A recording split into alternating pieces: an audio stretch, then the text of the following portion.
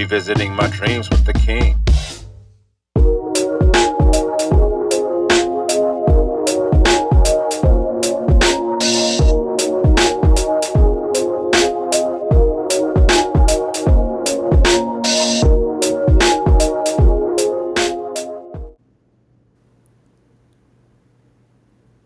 Yo, good people, welcome to the ride, a journey to your dreams. I am your host, Johnny King III, aka Still Chill Leroy, and this is the Revisit Your Dreams podcast right here on YouTube.com.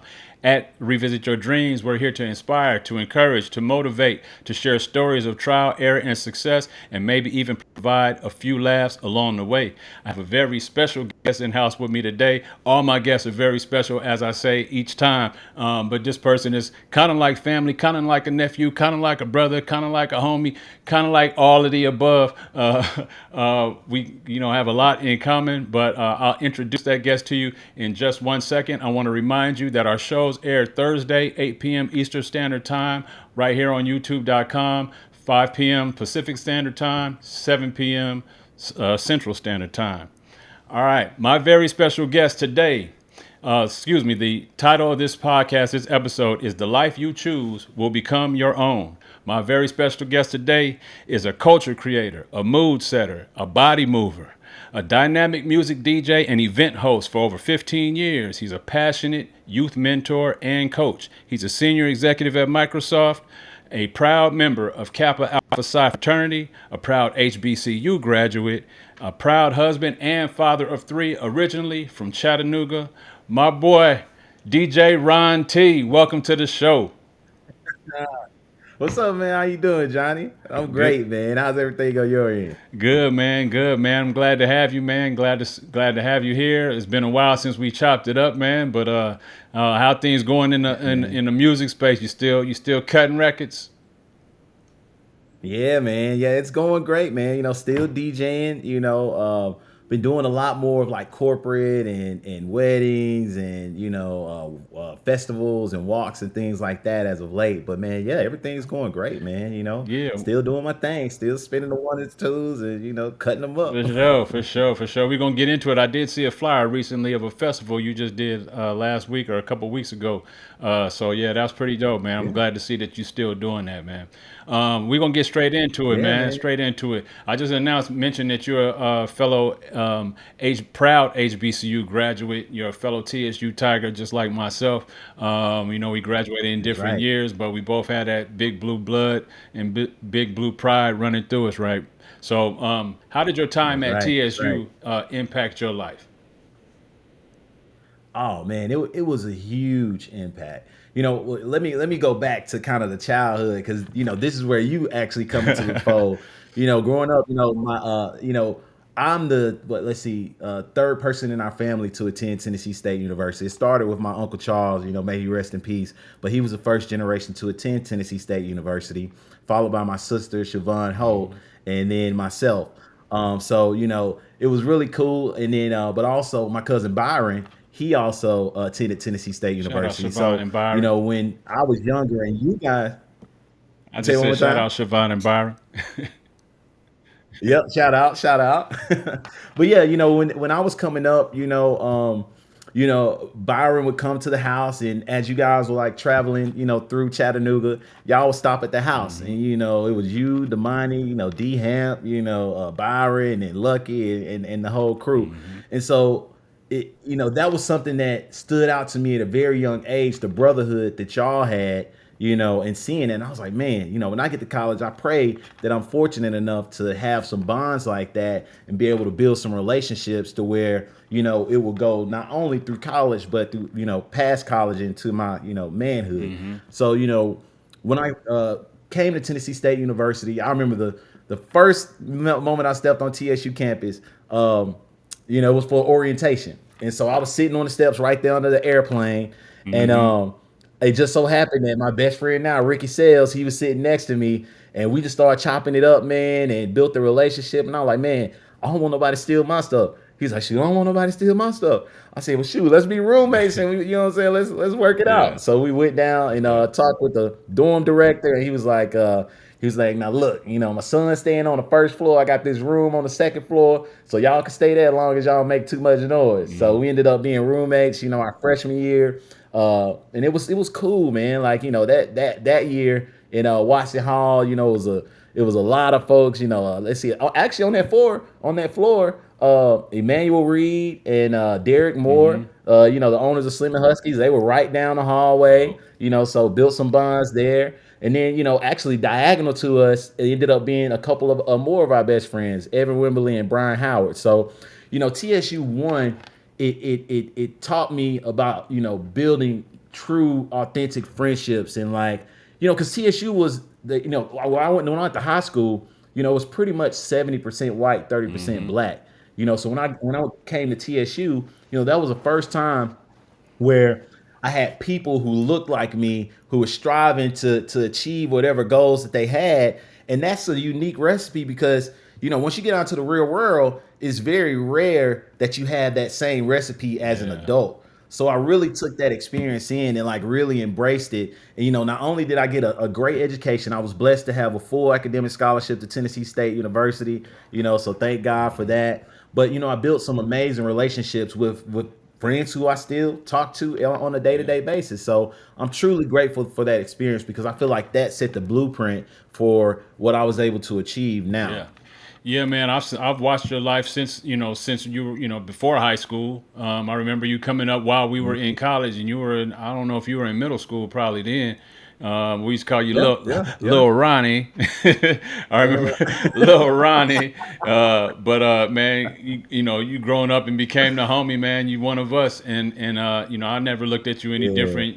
I'm not family, but right. Byron and your cousin is my best homie, my closest homie. So you Yeah. became like family to me. You became my nephew. Yeah, yeah. We definitely family. We may not be blood family, but we Definitely, family, definitely, man, for for sure, sure. for sure, man. Speaking of family, man, last year you and your wife just ushered in your third child, man. Congratulations on, I think that's dope. Thank you Seeing so the much, seeing the man. pictures and the images of your Yeah. family grow, man, and seeing how you how you're raising them and loving on your wife, man. But what has it meant to you, man, being a father and being a husband?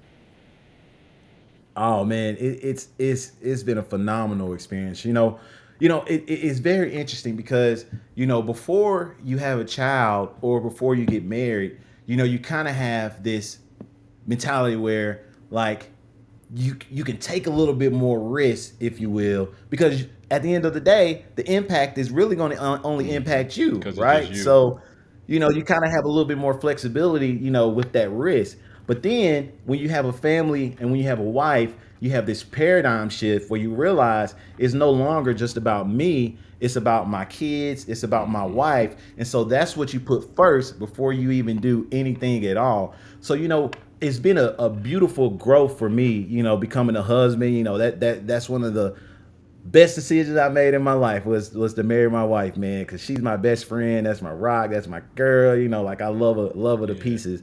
And we just support each other and push each other to be great. And like just having her in my life, I call her my good luck charm because ever since she came into my life, man, luck just been rolling on my Yeah, that's side, dope.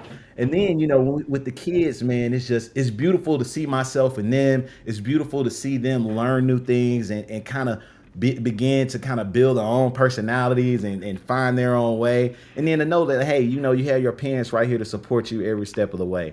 So, man, it's been a truly grateful experience. And I'm just buckled up for the ride. I have two little girls. I have Aiden, who's 10, Nova, who's 6, and then Harper, who's 10 months. She actually just took her first step over the past Oh, dope. weekend. So, it's been beautiful just to watch all of these different phases. And, it's very different. When I think 10 years ago, how I was as a father compared to now, me as a father, it's completely different because you grow and you have better understanding and, you have, just different experiences that help you so that, when you have more kids, it's like, okay, I've been here, I've done this, I know what not to do, what to Yeah. do, and just kind of, take a better approach and continue to fine tune And myself as a Aiden, parent. like, man, they getting away with everything, man. I ain't never get away with that.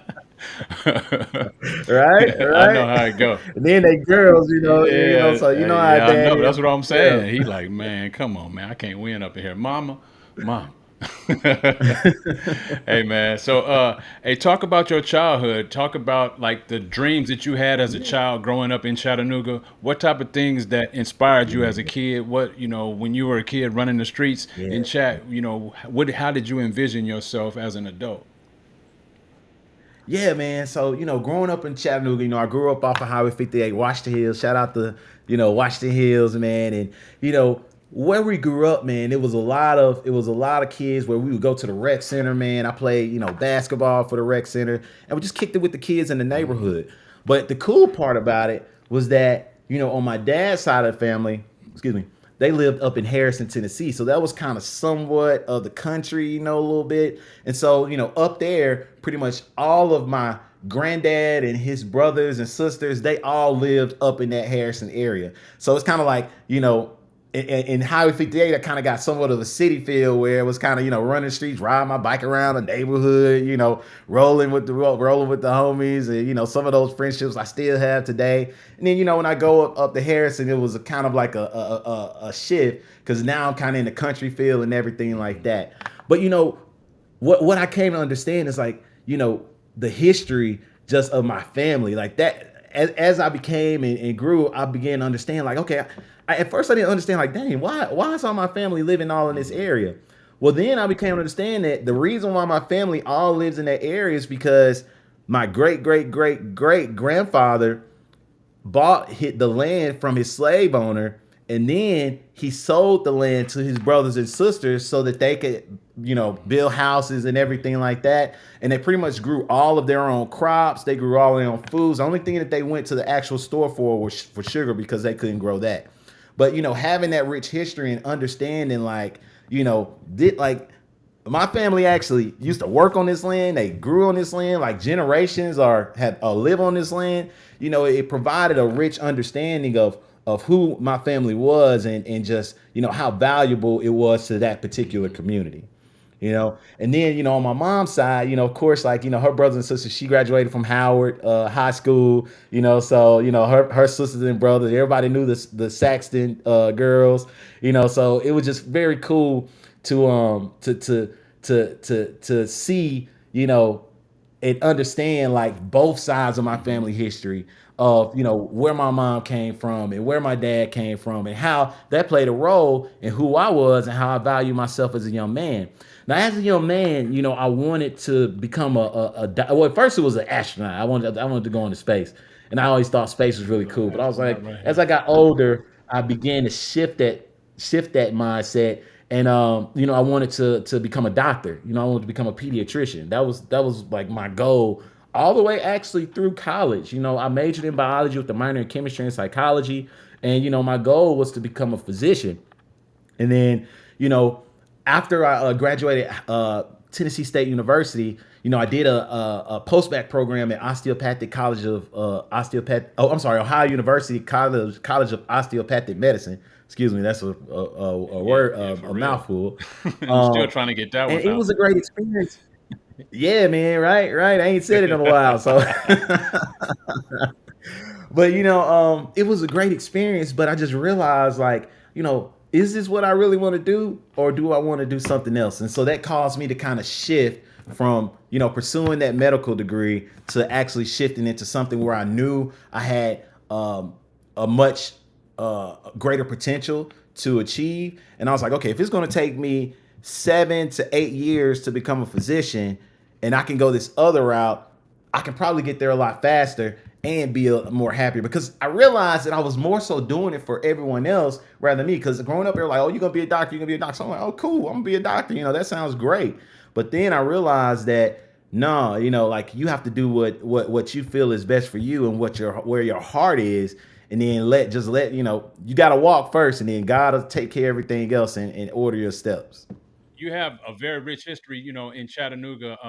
When you learn that your family has produced something of that magnitude and has covered that much, like you said, you wonder like why is everybody populated here just in Chattanooga? Hmm. And then you do the research and you realize that the reason why that is because, you know, we ran this we ran this piece for a little while. Exactly, You exactly, know what I'm saying? exactly, And exactly, man. it empowers you to feel like you can pretty much do anything, you can build anything, you can go anywhere and start anything from the ground up That's right. when you realize that your family has had that kind of power and influence in the city of Chattanooga and in your family period. Exactly, man. And Um, I tell you you a quick story.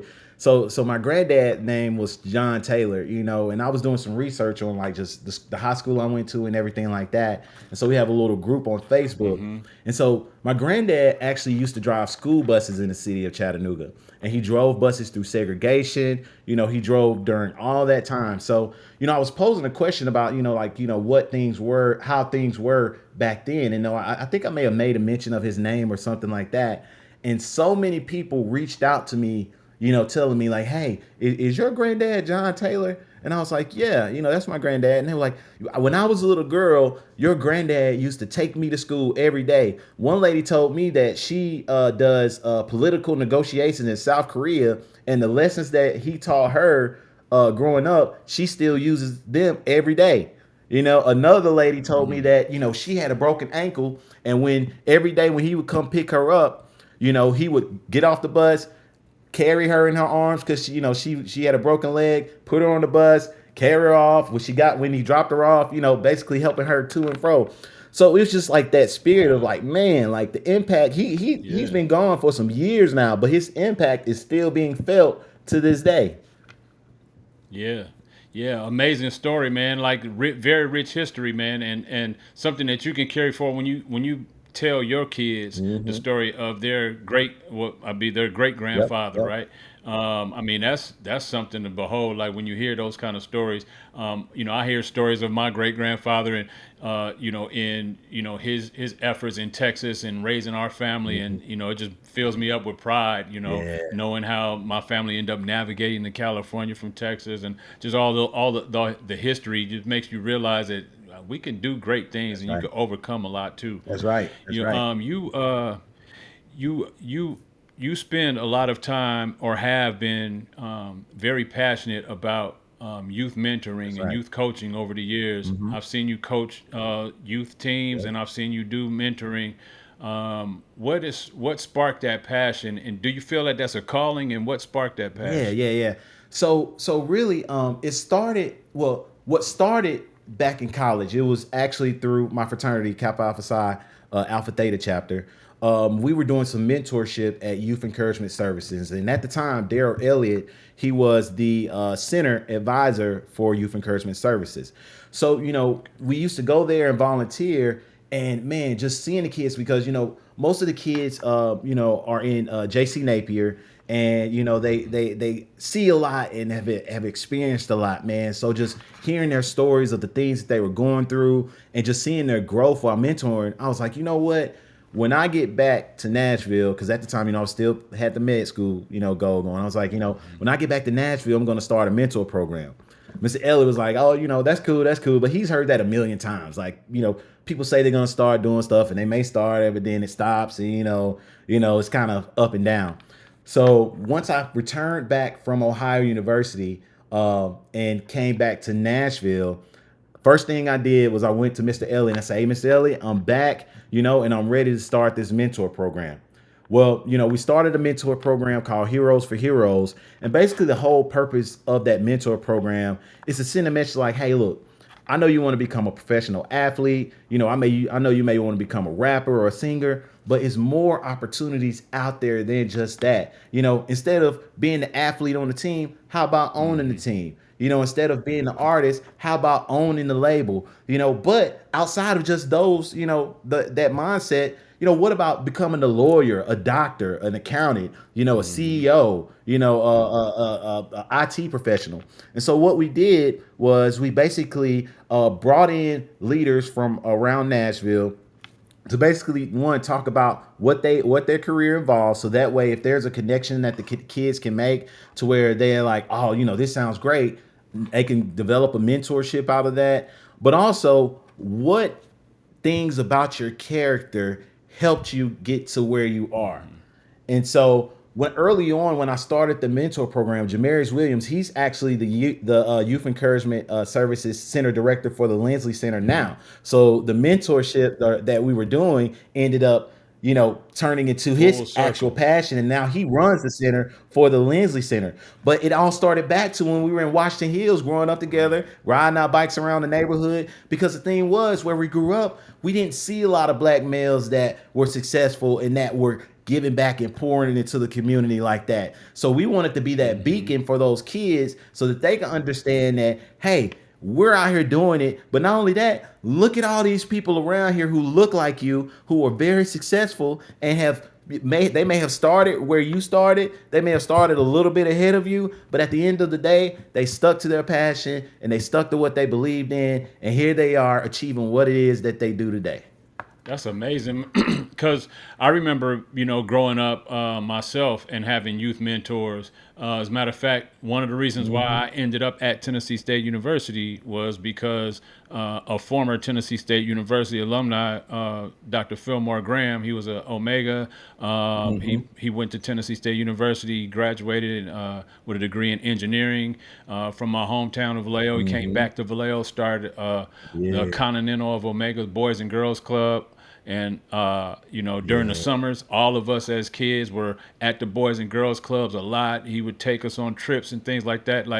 And I didn't know Yeah. then when I was a kid nothing about Tennessee State University. But when I got to high Right. school and I started touring HBCUs and I went to TSU, I learned that Fillmore Graham went there. I'm like, what? Mr. Graham went here? Yeah. So like that give back to the youth is important, and that representation is important. It is, man. So kudos It to you, is. man, and Jamarius. Shout out to Jamarius for what he's doing over there, man. Yeah, man. Because the kids, man, they don't get a lot of exposure outside of that environment, and you know, it, it's very easy for them to get in trouble. So like the Yes Lindsay Center, what they do is the height of teen violence and trouble and mischief, if you will, is right when they get out of school, Hmm. right? Hmm. So what they do is they take a bus over to JC Napier. They pick up all the kids who want to come to the center. They bring them back to the center and they do enrichment activities. They play games. They are able to engage in Hmm. sports. They have a community garden now. So it's basically to teach them, one, to give them a safe haven away from their Hmm. environment, but also to give them a place of refuge so that they can go and learn and develop and learn from others. So I was like, you know what? I was like, should I build it? Should I start a nonprofit, or should I just help a nonprofit that's already needs some help? And so I just built my program on top of the nonprofit because all I wanted to do was just help the Yeah, kids out. So I was like, let me just start this program within the nonprofit, and build from there. man. Just but great foresight to think that I don't have to start from scratch. I've already got something already Hmm. going. There's already a pool of kids here that Hmm. I can help. Let me build this and then just extend myself a little bit more.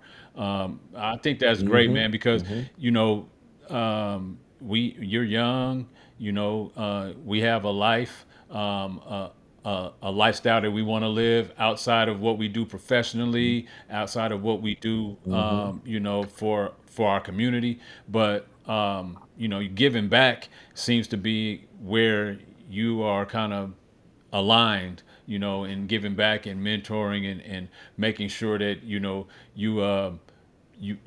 offer to people, all of you, in a way that makes them realize like your background and your upbringing has purpose, has meaning, and you came from a place where you were giving back to, in the community centers as a That's youth right. kid and as a kid, as a youth. I just Hmm. think that's amazing, man. Like the full circle part of it, it's even hard to Yeah. describe Yeah. how it all comes together. But every time I think of someone's story, my own stories, and I hear someone's story, hearing full circle moments do something to me, man. Just because you realize like Yeah, everything man. happens for a It's reason. beautiful. Like God's in the It does. mix. All your decisions, right or wrong, gonna lead you down. As long as you got great intentions, you're gonna end up going down the right path eventually. You know what I mean? That's Like right. You have to stay persistent. Don't give up. You may not know the right answer, and at times we don't know. But the key is that you keep moving. As long as you keep moving and know that you're following what you're passionate about, God will work out everything else. Sometimes God is protecting you from something because you're not ready to receive it yet. So You word. know, and so he's just like, look, you have to stay the course. You have to keep walking, and your time is coming. It's not right now, but you need to keep walking because if you stop walking, you're never going to reach that point of success that I'm trying to get you That's to. it. The only this podcast is called "Revisit Your Dreams," and what he just said is exactly what the purpose of this show is designed for, is to not quit, not give up, Hmm. to motivate you, encourage you to That's keep right. moving forward. The quickest way to not get to your destination is to quit. That's the quickest way to That's right. not get there. That's right. And the Hmm. most sure way of not getting there is to quit. So keep it That's moving, right. man. Let's get to some fun stuff, man. Your name Yeah. is DJ Ron T for a reason. That DJ part of it, we know Ron T, Ron Taylor, right? Okay. But that DJ Yeah. That's part, right. started about 15 or plus years ago, man. What sparked your Yeah. interest in DJing, and like, what sparked what Yeah. sparked your interest in DJing, and what would you consider like your DJ style? Do you consider yourself having a style? Yeah. Yeah, okay, yeah. So man, so what started me to DJing, man, is I've always been a lover of music, man. Like I love music just from the 90s to even like the more current stuff, like La Yeah, Russell from Vallejo, man. I Russell love La Dope, Russell. Smino, shoot, Buddy, man, Buddy Dope. all those cats, man. Um, and I think, what really inspired us, like, I didn't hear as much of the music that I liked when I went out. So I was like, you know what? I'm just gonna learn how to DJ, and if I create my own sets, then I can What you want to hear what I want to hear because I'm the DJ. hear? You know. Exactly. So man, I'll tell you, bro, it's been a journey because it's so funny when I think back to like I look at when I'm DJing, I always kind of had this like I don't know what to call it, like this moment where I'm like, man, it's amazing to see where I am now to where I started. So when I started, man, I had this little like setup. It was called an iDJ. And it had like two little jog wheels. It had a crossfader on it, and you couldn't even connect the laptop to this thing. You had to put an iPod in there. Have your music on the iPod. Put your iPod in there, and then that's how you played the Man. music, right? But I said, this was all I could afford at the time. I was like, man, hey, this I'm rolling with it. So, man, I was at the house just practicing every night. And I knew you couldn't really like scratch on the jog wheels because it really didn't give you that Yeah. scratch feel. But I could blend, I could blend with with the best of them, just going with the crossfader. So I was like, okay. So I got really good at that, and I was working downtown at the time, and so this is when second before Nashville was like really booming. This was like before it became what Yeah. Nashville is Yeah. today, right? So I was walking down Second, and there was this spot on Second Avenue called Buck Wild Saloon. Okay, so I walk into Buck Wild Saloon. There's this guy by the name of Eddie. He owned Buck Wild Saloon. I said, "Look, Eddie." I said, "Man, I'm a DJ. I've been DJ. Oh, I started out about I've been doing it for about a year now. But I said I want an opportunity to come and do something in here on like a Friday or Saturday night." And he opened up that opportunity to me, and man, I kicked that door all the Word. way in. So on Thursdays and Friday nights, I would be at Buck Wild Saloon on the second floor Dope. spinning, and that's when Nashville really started to kind of catch the Yeah. buzz. And like, man, like by 10, 11 o'clock, man, the whole floor would be full, and all these bachelorette parties coming in. They had like two cages on the side of the DJ booth, and man, we used to have a good time in there. And so I would had that little iDJ Really on setup, that? You right? still using And I would that? download all my using that, man, because I had to build my money up to get a better Starting setup, where you right? are, man. So That's I a was testament to start where you are. Start with what you already got. just go, man. Right? You don't have to have the fancy. You don't have to have the turntables with the mixer. If that's what's in your budget and you passionate about it, start there because I'm gonna tell you how everything just kind of matriculate and develop, right?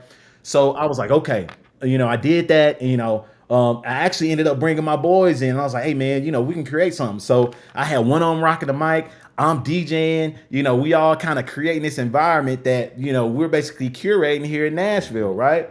So I built my money up, and I was like, okay, I was starting to get a lot of wedding requests, but I ain't have any speakers. I ain't have a PA system. I ain't have, that. Like if I was going to do that, I had to do it at a venue that already had that. So I was like, dang. I said, okay, so now I need to get a PA system. So I went to Guitar Center, and I was looking at the price. I'm like, woo, those prices were high. I was like, this is still out of my budget. So I was like, okay, I got to figure something out. So I got on Facebook Marketplace, and it was either Facebook Marketplace or one of those online like marketplaces, and found like some old school speakers. I'm talking about like the wooden case speakers, them heavy joints, right? So I found a PA system for like $250. It was like two 15s, and it was like a mixer that came with it. And man, I got that, and that's when I really started to like take off. So I had that little iDJ set up. I started doing, weddings, because now I was a mobile DJ and I could go wherever I needed to go. And so then when I got my money built up, I was like, okay, now it's time to upgrade this iDJ setup, right? I need a for real setup. So I went on to Newmark or wherever it was, and I bought a NS6. It was an NS6.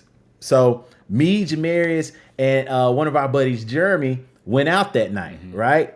And so I was like, yeah, man, I just pulled the trigger. I just bought this NS6. I'm excited because now I can actually scratch. I'm about to, tear it up. And guess what he said? Jeremy said, guess what he said? He said, man, I got an NS7 at home. I don't even use it. I'm in dental school. I don't even DJ anymore. So if you want it, you can have it. I was like, what? I was like, man, I'll pay you for it. He was like, nah, man, you seem very passionate about it. He was like, if you want it, man, it's yours.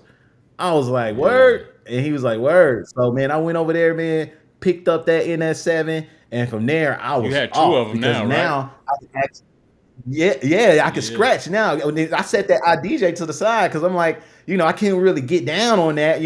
I could blend it and everything like that, but I couldn't get the scratch feel. And so the NS7, they had like these little 45 like vinyls that was attached to the NS7 to where, it had a platter that spent and the vinyl, spent on the platter. So it was a controller, but you had the scratch feel to it, right?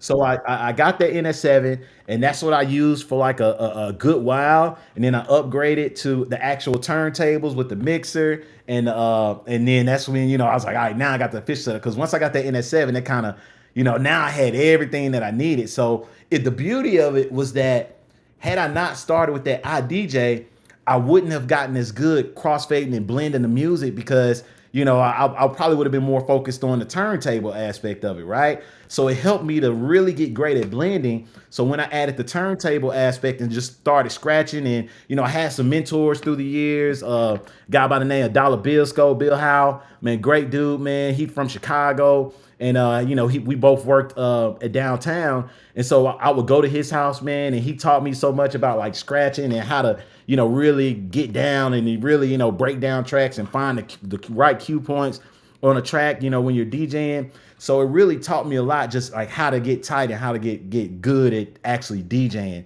And so from there, man, I just it really took off. And I ended up for years I did they don't have it anymore. I wish they would bring it back. But they had like the Raging Cajun Crawfish Bowl when it used to be over there at Riverfront Park. Man, I DJ'd that for many years. DJ hosted that. I do a lot of walks and festivals. I still do the Ronald McDonald Hustle for the House. That's in September. I actually just secured that for September.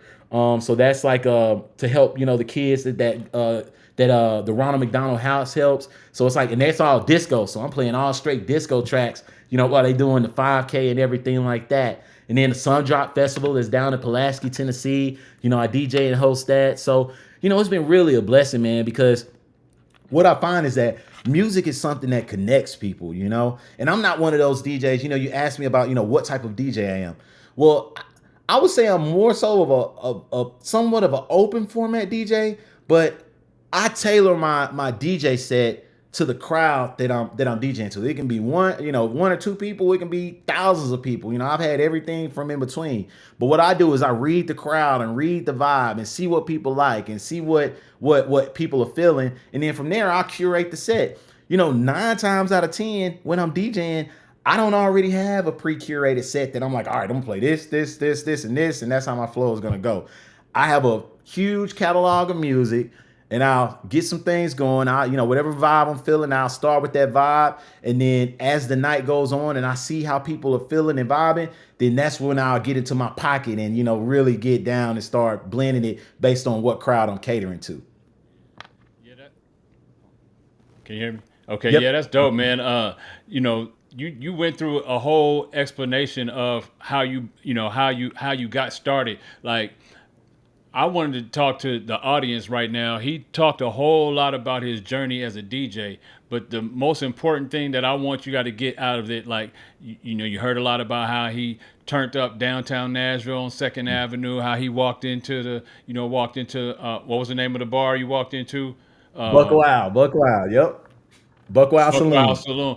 Saloon, and Buck Wild Saloon, and just talk to the manager. Shoot your shot. He just shot his shot. Said, Mhm. "Hey, I want to spin here." The door opened because he opened his mouth. He walked in there. He had ambition. So I want you to hear that That's right. part. He also started with what he had. He had an iPhone. He had the what'd you name the turntable? The Yeah, the iSpin. What was it called? IDJ. It was an IDJ too. Yep. The iDJ. The And look it iDJ up. When two y'all look it started up, off y'all with gonna like, something what? small. He was rocking parties with He this. was doing this. He was rocking parties with this. So that's a true testament to start with what you already have. Start with where you are. It don't have to be perfect. You can build it. You can learn from using something. You could just learn from starting with where you are, man. That's that's That's that's the right. biggest thing I want you to get out of that, man. Ron, thank you for Yep. sharing that with me, man. And I appreciate you talking about your style of DJ and how you get started. You don't usually curate the party. You usually have a couple that you might start off with, and then you just see how the mood go, man. So, Yep. with that being said, I know DJs have a unique way of looking at music because they Hmm. usually present music, from we're looking at it from the outside, as Hmm. listeners, as the people in the party, dancing. We looking at it from the outside. You kind of looking at it from the inside because Hmm. you know what's coming up next. How you gonna move the party. But Yep. with all that said, like, you guys spin a whole lot of records. You guys see the hottest records, the Hmm. records that don't move. Like, okay, I ain't playing that one again. That one ain't gonna work. Hmm. But this last summer, They Not Like Us, Kendrick Lamar. All right, Yeah. very, very, very, very high record. Talk about, from your perspective as a DJ, your point of Yeah. view. Talk about the size of that record and the impact of that record. Oh man, it's been huge. Like you have little kids, who come up to me requesting, not like us, and I'm like, man, you like 6 years old, and they know every single word. I'm Yeah, like, geez, so Kendrick was already well. One, Kendrick's one of my favorite artists of all time. I love Kendrick, man. I've been a Kendrick fan since going back to Section 80. yeah, for Before sure. Kendrick, I Yeah, remember that was seeing rough. Kendrick here in Nashville at War Memorial Auditorium.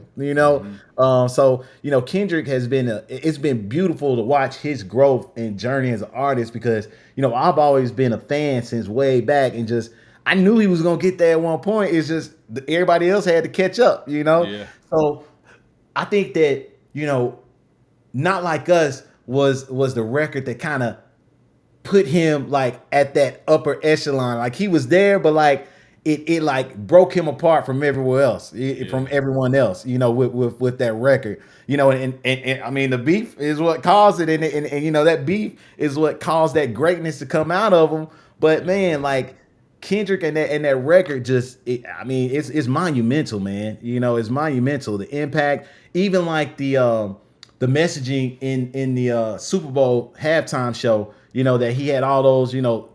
messages, Subliminal messages. Yeah, unless you really looked at it or, kind of watched the videos on it, you wouldn't just catch it unless you watched it a couple times. So like that's what's so dope to me is not only does he, he's a lyricist, but he puts these beautiful messages in his music that you have to break down and actually put some thought behind to understand what he's really trying to say. yeah, yeah, man. And I think They Not Like Us is such an iconic record.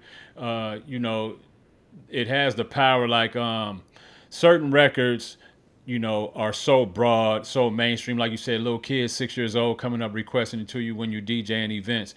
I think of records like I don't know if this one even matches. I'm not talking about the Mhm. magnitude of the impact that it has Sure. socially, but like Cash Rules Everything Around Me, Cream, Yeah, from yeah, Wu yeah, Tang, yeah, for sure, for sure. like Yeah, a it's whole lot of timeless. people, Timeless. everybody knows that. Like, I don't know. Yeah, It doesn't matter what demographic you from. Everybody kind of knows Cash Rules Everything Around Me. They might not know where it came from. They might right. not know nothing about the group or the lyrics, but they know that part. That's You know what right. I'm That's saying? right. Dollar So dollar bills, y'all. I think They Not Like Us is that kind of level iconic, but maybe even more because it had a social impact too. You know That's right. I agree, man. I agree. Like, what what you think about Drake? You think Drake is is his career sustainable as a rapper, or do he got to stick to pop at this point? you know, I so you know, That's just I my think just that opinion question. yeah, yeah, for sure, for sure. I mean, I don't think Drake's done. Like the thing about Drake is, he can hit a lot of different pockets with his style and appeal to a bunch of different demographics. So, you know, he because he has that ability, I think he'll always stay relevant. But I think that over time, Drake's flow has kind of changed, and kind of how his records are put together. They definitely kind of have a different appeal to him if you think it back to his old stuff. To Yeah, me personally, I'm an old Drake fan, because I like that old Drake, yeah, when he was coming up, when he was still hungry, yeah, and now, I mean, it's cool, I rock it here and there, but it just doesn't appeal to me as much as it did before. yeah, So, and it could just be the fact that he's appealing to a different demographic now, and that may be what it is. But I think he'll always have some relevance because of his ability to be able to switch up his style, switch up his flow, and move into whether it's in the R&B, whether it's in hip hop, whether it's a little rock, a little pop. He yeah. kind of has that ability to kind of move through all those different genres. Yeah, I think he does. You gotta go if you want to get the bag. You gotta go where the bag is at. Yeah, And yeah, Drake Drake does a good job of going where the bag is at. that's You know, right. He does. He um, does. no hate, no hating there. Yeah, for Um, sure, for sure. You gotta give well, credit what credit due. for sure, for sure. Switching gears a little bit more. Everyone at some point in life, endures some level of, tragedy or trauma or Yeah. some type of loss. And, you lost Hmm. a very, very close friend, after college. Um, Talk about what the loss of your friend, how that loss has impacted your life. Yeah, man. So rest in peace, Chris Lake, man. That all right. So me and Chris friendship, man, started in preschool. Okay. We've been best friends since preschool. We grew up together. We played sports together. Typically, when we were growing, well, we played baseball together in Little League. But as we began to get to middle school, we played against each other because we went to opposing schools. And then when we got to high school, we actually played on the same team. So, So, man, Chris was always my brother. If I wasn't at Chris' house, Chris was at my house, and it was just like we were tight, super tight. And when I went off to college, we didn't get to kick it as much because I had so much going on with college, so I didn't come back to Chattanooga as much, and so we were still tight, but we just didn't talk like every single day. So once I graduated, I was going back to Chattanooga a lot more. And, of course, like, when I go back to Chattanooga, I would hit Chris up to, catch up with him. Even if, even if it was like, for a short time or a long time, we would always find time to, kick it and catch up with one another. hmm So, after college is when we kind of really started to get back tight and everything like that. Matter of fact, when I started my DJ career, Chris was one of the first advocates, like, run, man, like, you gonna do this. you Like, could do he, it. man, he was posting on his social media, on Facebook, we walking downtown, going to Buck Wild, about the DJ, like, that was my right hand man and like my biggest advocate, when it came to pushing me because, at times, when you're not seeing success as quickly, you can get discouraged, And so having someone in your corner to encourage you helps you keep that motivation. It helps you stay focused. And like, all right, if he believes that I can do it and he sees something in me, then obviously it's something in me that I need to keep pushing and going forward. So, I continue to push, and, our friendship obviously continued to develop, man. And we just, became brothers. I remember one New Year's, man, Chris had never been out of the South. And so we went up to Chicago for New Year's. And man, he was like, man, he was telling his mom, like, Mom, these are the biggest buildings I've never seen before in my life. And, it really opened his eyes to like what the world, well, it was more than just being in Outside of Chattanooga, chat. being in the Yeah. South. Like, the world is a big place, and it's a lot of beautiful things out here in the world. And I think that was one of his opportunities to really open up and see that. So, when we came back from Chicago, Chris was kind of, he was kind of in a place where he was trying to figure out, where his life was going and what he was doing and everything like that. And so he actually ended up, he was supposed to stay, with me for like a month, but he ended up staying for like a month and a half, 2 months, which was cool because he got to see how I moved and everything like that. And so by him seeing me, do my thing and really push and, working on my entrepreneurship and everything like that, that motivated him to really get back to some of the things he was passionate about, which was baseball. Like Chris was a super athlete, man. Like in high school, he was a starting quarterback. Baseball, man, the boy could play some baseball. He was fast. Like the dude was just talented. So when he got back to Chattanooga, he started playing for a farm league and getting back into the passion of baseball and really starting to get his life back on track. Well, it was 4th of July. I was actually on my way to like some pool party or something, and Chris hit me up. And so he's like, what's up, man? How you doing? And I was like, everything good. How you doing? He's like, man, I'm out here on this boat on the lake. And I was like, oh man, you can't swim. What you doing out on the lake? And he was like, oh, I'm out here, just out here with some of my buddies, having a good time, enjoying myself. And I was like, he's like, what you up to? I was like, man, about to head to this pool party, about to have a little fun. And so as we were getting off the phone, he said something to me that sticks with me to this day. And I don't know why. At the time, I didn't understand why he said it. But then as things played out, I understood why he said it. And what he said was, he's like, man, when you make it, don't forget about me. And I was like, bro, like, you my brother, I ain't gonna never forget about you. Like, why would I forget? Like, you already know I ain't gonna never forget about you. So, we said, we said our goodbyes or whatever and got off the phone. I went out that night and my phone died, of course. I'm horrible about charging my phone at times, so it'll die on me. So my phone died that night. And then the next morning, when I woke up, I turned my phone on because I charged it overnight. When I turned it on, I just started getting these ping, ding, ding, ding, ding. My phone was like just ringing, like, making a little like message thing over and over and over and over and over and over and over again. So I was like, something wrong, something ain't right, So I noticed that my mom had called me quite a few times. So my mom called me and she was like, I was like, hey mom, what's going on? What's up? And she was like, why, she's like, are you sitting down? And I was like, no. I was like, do I need to sit down? And she was like, yeah. So I sat down, and that's when she told me that Chris had drowned on the lake that 4th of July. I think he was like by the rail, and something must have happened where he fell in the water. He didn't have a life jacket on. He couldn't swim, and then he ended up drowning, man. And yeah, man, that broke my heart, man. Like, it took me a while to get over that, because it was hard for me when I went to Chattanooga. The first person I called, I would try and call Chris.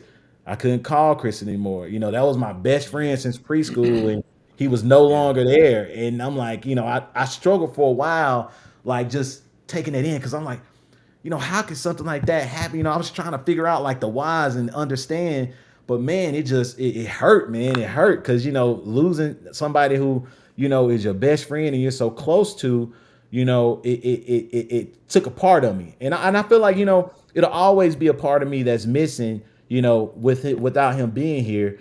But, I just learned to deal with the pain, learned to grow through the pain. Me and his mother are still very close. We made an agreement that, anything, whatever happened to one of us, that we make sure we take care of the other person's mom. So I always check on his mom. I go by there. I take the kids by there so she can see him and love on them. And we always just keep that brotherhood, because I know he looking down, shining down on me. And I ain't forgot about you, brother. You still near and dear in my heart, man. And I think about him all the time. And I'm gonna continue to think about him. And he gonna one day we'll meet again. But till the end, I'm gonna continue to keep the mission and keep pushing. Hey man, he said when you make it, don't forget about him. So you must have Mhm. made it because you ain't never forgot about him, That's man. So right, man. Hey, that's man, dope, man. that's my dog.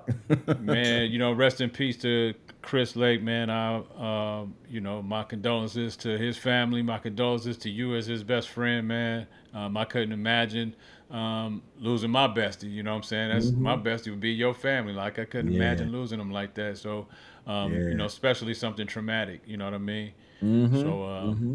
hey, we're almost done, man. I enjoy spending this time around, but Yeah. real quick, I know you're born and raised in Chattanooga, Tennessee. So, I mean, if I'm not mistaken, you're a Tennessee Titans fan, right? That's right, man. That's All right. right, bet. All right, Yeah. what's your take on the Titans this year, man? The Titans, we got the number one draft pick. Yeah. What's your take? How the Titans gonna look this year? How you feel about them? Yeah, man. Well, first, I'm glad that we actually got a solid quarterback, man. Like, we've Sure. been needing that for we ain't had a great quarterback since Steve McNair. Just Yeah. truthfully speaking, they had a lot of high hopes in Locker and a lot of high hopes in Levis, but Vince Young.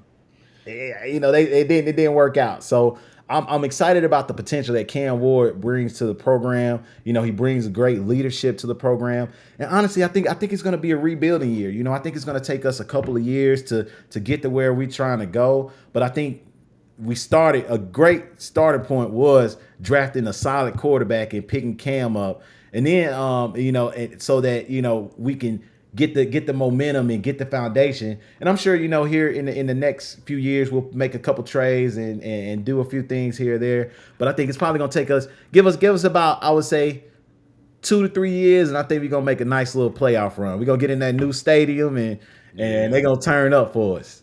Yeah, they gonna turn up in that new stadium. I know it, Hmm. man. I'm split. I'm a see my cup over here. I'm a 49er fan to the Yep, heart, man. yep. I've been a 49er fan since birth. Yeah, But when I you a moved here, Cali. I get it. I get it. I gotta run with the Niners, man. But bang bang Niner gang all day. But I moved here in '92, and that was before the Titans were here in Nashville. So I Yeah. voted for them to come here. I saw the Stephen there, Eddie George, the whole era was here Yep. through When they was running the around on TSU campus practicing. on TSU campus, yeah, Yeah. practicing the Music City Miracle, man. Yep. Yep. Had interactions with Javon Curson and boys over the years, just kind of Yep. seeing them out in public and stuff like that. Uh-huh. So, I'm equally proud of the Tennessee Titans, man. That I am I'm a 49er fan to death, but I'm equally proud of the Titans. I'm very glad that they got Cam Ward. Definitely, I was afraid that they were gonna do something that would be typical of the Titans and do Right. something stupid like trade it away, Exactly, man. pick an offensive lineman. Like, Right. oh, come on, man. Like, I Right. mean, Right. We need that. We need that leader back there. Will Levis, we tried it out. I think he Hmm. still got potential, but he's not gonna be the one though. Nah. We need Nah. that one. Nah. Hey man, all right, we're almost done. If you could offer a word or a phrase, a quote, a scripture, or mantra to everyone, if you knew that people would take heed to this word, what would be the word that you would offer to them? Yeah. Um. I would say whatever it is that you feel in your heart that you need to do, like, don't wait till tomorrow to do it. Do it today, because like most people say, tomorrow is not promised. We know that by Chris. One day he was here and the next day he was gone. And life can come fast. So if it's something that you believe in, something that you want to do, something that you're passionate about, something that, and it could be as crazy. It's crazy. The best ideas are the craziest ideas. then do it. Like, do it today. Even if it's something as simple as doing your research today, or something as starting a business plan today, making a call today, whatever that is, do whatever that step is today. And then the next day, do something else. And the next day, do something else. And the next day, do something else. And shoot, if you do something every day, once a day, in 30 days, that's 30 different things that you've done to help get closer to whatever goal it is that you're working on. You know? Exactly. So just do it. Just like Nike, just do it. Don't be scared. If you fail, okay, so what? You learned. You know what not to do. So try it again. But just do it. Whether you fail, whether you succeed, push yourself, go forth and follow your passion and do it. Man, I love that word. I love that word. That's exactly what I preach to people. I try to deliver that same sentiment. Is just go do it. Just start. I love how you said.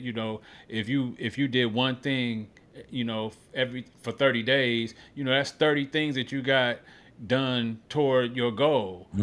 And even if some of those things are okay, is a end up it's a mistake, trial and error. If it didn't work, all right, day 2 didn't work, day 6 didn't work, day 12 didn't work, day 19 didn't work, but all them other days work. Yep. And you can learn from those days that didn't work, and you can build off of those days that did work. So That's you, right. you just have to start. You can't look at it like I have to get everything prepared. I have to get everything ready. It's not ever going to be ready That's all the right. way, because even when you think you got everything ready all the way, something's soon as you say, okay, now everything's perfect, I'm going. Soon as Exactly. you press on the gas, something's going to happen. You're like, oh, I wasn't prepared for that. You know what I'm Yep. That's saying? right. That's So right. you That's might right. as well just start. You Exactly. know, you're going to Exactly. figure it out. Exactly. That's right, brother. Man, I love that, man. I have a final question for you. I like Yeah. to end with a segment I call "What's Your Rush?" As in Uh-huh. Mount Rushmore. Mount Rushmore has 4 iconic images or faces on it, Yep. and I Yep. just like to ask each guest. This show is all about inspiration. It's all about where we drive, where we get our inspirations from, Yeah. and giving that back to others. So my question for you, and what's your rush? What are the 4 most inspirational people to you in your lifetime? Yeah, man. Well, this particular being doesn't have a face, but I have to say God first, man. Like God sits at the center of that. I gotta, and whatever that being and what God looks like, I gotta put that there first, right? Mm-hmm. Um, let's see, man. Honestly, my mother, man. Like my mom, I gotta put her up there too, just because, like, just the impact that she's had on my life, and just how she's pushed me to continue to be great and to continue to follow my dreams. I know that me personally, I wouldn't be where I am unless without her support. So I definitely got to put my mom up there for sure. um let's see, who else. Let's see from a business perspective. um who would I put up there for my Mount Rushmore? That's a tough one for from a business perspective, because there's so many impactful, business people. Um, Mm-hmm. ooh, that's a tough one. Ooh, what I go with? Ah, It could be. It could be. It don't have to be celebrity. It don't have to be famous. It could be anybody. Anybody that inspires you. yeah, It could yeah, be an yeah, author of a book you wrote. I yeah, mean, yeah. You read. know what? You know what? When I think about who's had a big my granddad, man, just like the person who he Yeah. was, and just hearing his story, and just like, man, my granddad, he was the man, so I gotta put my granddad John Taylor up there for sure. That And was a great then story, man. yeah, yeah, and Yeah, he has a then great background. let's see, the fourth person I would have to say that's probably had the biggest impact on me. um I gotta give it to one of my mentors, Alfonso Alexander, man. Like, he's a very suave, like smart dude, man. And just, I had the opportunity to work for him and mentoring to him, man, and just seeing, how he taught me about, the business and just leading and, having a strong ethical foundation. I got to give him kudos, man, because a lot of I think of when I think about a lot of the business scenarios that I'm in and how I'm working through things when I'm working at Microsoft, a lot of what he taught me resonates, today. So that's definitely my forte. God, my mom, my granddad, and Alfonso. Shout out to God, his mom, his granddad, John Taylor, and Alfonso Alexander. Shout out to Alfonso. I don't know Alfonso, but Yeah, yeah, shout out, yeah. He man. cool cat, man. I have to introduce you to him. For sure. Did he live in Chattanooga? Now he lives in Nashville. He here in Oh, he's Nashville. in, he in Nashville. Cool. Is Yeah, he older yeah. than us? Yeah, yeah, he's a little older. Yeah, I'd say, yeah, he's definitely older than us. He at one point he was the chair of 100 Black Men of Middle Okay. Tennessee. He was the president of the Nashville Center for the Public Trust at one point, and now he does like a lot of consulting and things like that. So, I mean, just a cool dude, man, real down to earth, and just had the opportunity to learn a lot from him. So, I'm grateful for that experience because I know it played a huge impact in some of the things that I'm doing today. For dog, that's you well connected, man, well connected and well ventured in lifestyle and culture and curating events, man. One last thing I want to ask you, like, what's the Yeah. competition like? Like, you DJ, and I know there's a lot of DJs out there, and I know it's got to be competitive. There's all kind of events and parties going on, so there's a DJ, everywhere in the city. That's So how right. do you stay competitive, and keep your business, active, with what you do with all that competition out there? Yeah, man. So one, I stay up on my craft, right? Like, as new music comes out, even like as much as I know now as a DJ, I still take masterclass. Like I took a Jazzy Jeff masterclass not too long ago, just so I could learn from, some of the stuff and the tricks and tools that he has to add to my bank and my pool of what I'm doing. Mm-hmm. So how I stay competitive is one, just when I'm rocking the event, I'm gonna rock that event. I'm gonna rock it from the microphone perspective. I'm gonna rock it from the turntable perspective. And a lot of times, surprisingly, a lot of my business comes word of mouth. Someone will hear like, "Oh, Ron T," or Ron T DJ at this party, and I know he's a great DJ. You should call him, or or they may just hear my sound, look me up, and like, hey, I need to connect with this guy. Like I was at the Sun Drop Festival a couple weeks ago, and literally I was maybe rocking it for 5 minutes, and a lady came up and said, "I need you to DJ my daughter's wedding."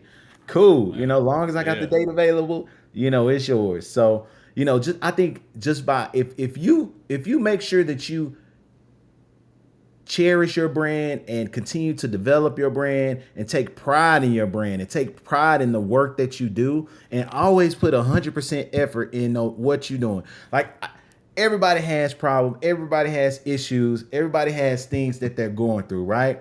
But when I'm DJing, you'll never know it. When I'm working at Microsoft, you'll never know it. When I'm mentoring the kids, you'll never know it. Now at home, my wife, she knows because she sees, the me with my cloak off without my, my Superman cape on, Mm-hmm. all that stuff like that. She sees that side, but it's very important that you always bring your best game, and whatever it is you have going on, you have to sit that aside so that you can perform and do what you need to do because people are depending on you, people believe in you, and people want to they need your energy at times. Mm-hmm. So you gotta bring your best self and come with the right mindset and come with the right energy so that people can get that, because sometimes people are needing that from you. Yeah, yeah, and you got to be present. You got to show up. You Hmm. got to show up, with that, with your energy and with your authentic energy. That's At right. that, your Hmm. authentic energy, man. Man, it's been a great time, Ron. Man, the floor is yours, man. I want to give you the floor to tell the audience a little bit about, where they can find you if they want to use your services for DJing, for event curating, for whatever else that you got going on. Go ahead and, Yeah. and let them know where they can find DJ Ron T. For sure, for sure. So on Instagram, you can find me on DJ_run.t. So definitely follow me on Instagram if you guys want to check me out. If you ever need a DJ or you need an event for any purposes, as long as I have some availability and it's not time where I had the kids, hey, I can normally try and work something out. On Facebook, you can just look up Ronald Taylor. I have a DJ Ron T page on there as well, so you can look me up on there. And yeah, I mean, those are pretty much the main. Oh, I also have a website, www.djront.com. So you can find me on there as well if you want to, specifically reach out for those, DJ services. But yeah, I do speaking. I do public speaking. I've spoken to a lot of kids, and I do DJing. And I'm an IT professional, so I basically help companies leverage AI and move their infrastructure to the cloud. So. Man, if you need DJ Ron T, or if you need some IT professional services, or if you need a public speaker, or maybe if you need a mentor for your kid, Yeah, yeah, yeah. holla at DJ Ron T, man. The I link will got be in y'all. the bio, man. The link will be in the down below. You can find all his information. I enjoyed the time, Ron. I appreciate you. I'm sure our Yeah, audience huge did. shout out, bro. Huge Man, shout out to Revisit Your Dreams, man. Like you're doing a beautiful thing here, man. And I think it's very important that what you're doing, that you get that out to the people, man. Because like you said, people need to know that, that they need to be pushed and they need to hear people's stories to give them motivation to continue or to start that journey. So I commend you on starting this podcast and, meeting with all the professionals that you meet with, because what you're doing is a beautiful thing and is well needed. man, I appreciate that. That feedback, fuels me and fills my heart, man. It, gives me more purpose, drives the purpose, and it drives the passion behind what I do. Because you're right. I do this not just for me. I'm not doing this for self glorification. Even though I start off with Johnny King the Third, still truly right. I'm not doing this for self glorification. I'm doing this to help people. Right. Whatever comes out of it comes out of it. That's But right. I'm here to be inspired and to inspire. That's why this was started. That's why we're doing what we're doing. So Ron T, thank you for inspiring us today, Yes, man. I sir. appreciate the time, I brother. appreciate you, Appreciate the man. time. Hey, I'm gonna let you guys know again, just as a reminder, please subscribe to this channel. Please like and share this episode. I know Ron dropped some jewels that you guys can learn from, and somebody that can benefit from it. If you're from Chattanooga, if you're a DJ, if you Yeah. lost a friend, if you're a father, if you're a husband, if you're an IT professional, if you love music, if you're a Kendrick Lamar fan, if you're a Tennessee Titans fan, something was said tonight that you could benefit from. So like, subscribe, and share, and we'll see you on the next episode of The Ride, man. Yes, One love. sir. My All man. right, Thank you Ron, so I'll much. let you. Yeah, Yes, you're welcome, sir. bro. I'll let you later, bro. All right, brother. One love. Peace. Peace. Revisiting my dreams with the king.